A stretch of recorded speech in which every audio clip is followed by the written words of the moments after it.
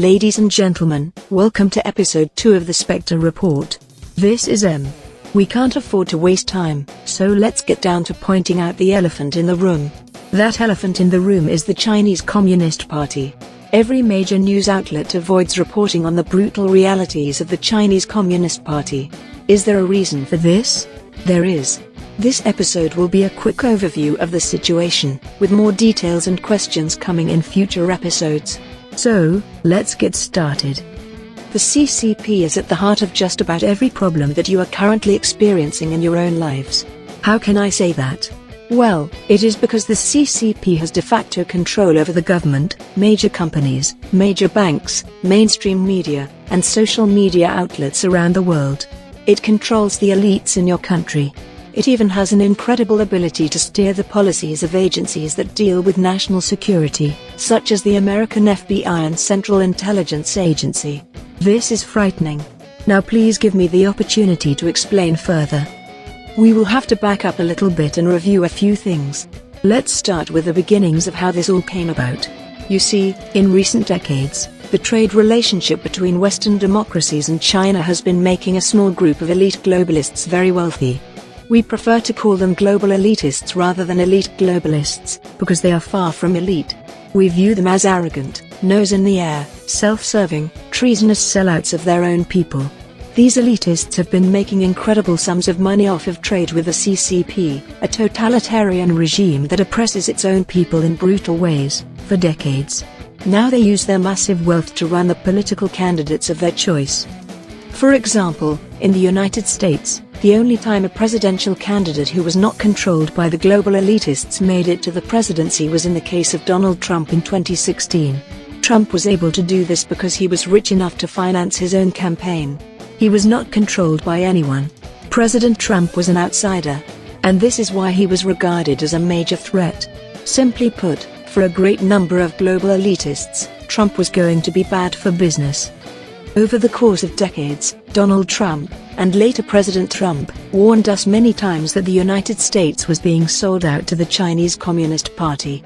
As we all know, he ran for president on an America First platform, with the campaign slogan, "Make America Great Again." The global elitists in the US and other Western countries immediately responded to Trump by launching attacks on him through the mainstream media outlets that they control. They spared no expense in attempting to dig up dirt on Trump in an effort to assassinate his character.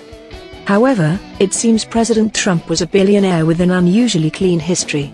They have not found anything on him that can stick.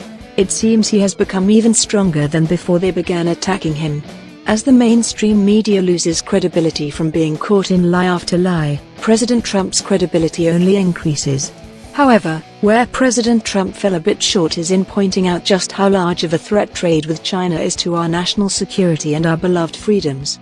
Perhaps even President Trump did not know how deep and broad the corruption on Wall Street and in Washington was, and how much influence the Chinese Communist Party had in America. This corrupt relationship really began during the administration of President Nixon, and the rule of Deng Xiaoping in China, way back in 1979. Since then, a large number of long-standing members of Congress have formed deep, and in many cases personal ties, with the Chinese Communist Party leadership. For example, Senator Dianne Feinstein of California has maintained a close relationship with Jiang Zemin, the former leader of China. There are many, many others. As the CCP has become richer and richer through trade, their elite capture of US politicians, Wall Street investors, and business CEOs has only increased.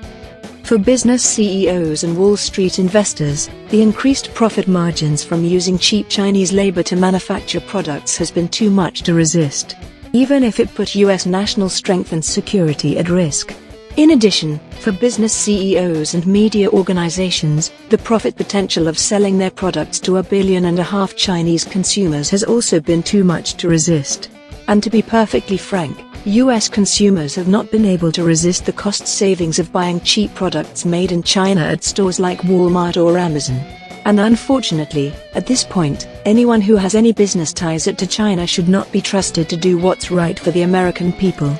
And keep in mind that this is not just about the American people, it's about freedom, democracy, and human rights worldwide. We are going to try to keep these episodes short. hopefully less than 4 or 5 minutes per episode, so they can be easily digested. Therefore, we must cut this short. However, I would like to finish by pointing out one thing. During the Cold War, the United States isolated the Soviet Union. Trade with the enemy that could potentially make the enemy stronger was not a good idea. The United States does not trade with North Korea. So here is the big question for you to research on your own. Why did the United States begin trading with China, a communist authoritarian country, in the first place? A good place to start your own research might be the book called Tiger Trap, by author David Wise.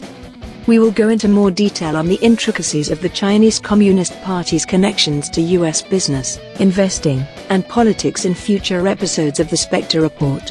The huge China deception must be exposed if freedom and democracy is to survive in this world. The names of the corrupt business leaders, investors, financiers, lobbyists, and politicians who are working hard in Washington to ensure that the CCP maintains its trade relationship and control over the US must be exposed as well. Freedom, human rights, and our democratic ways are being destroyed every day. We must all act together to stop it from happening.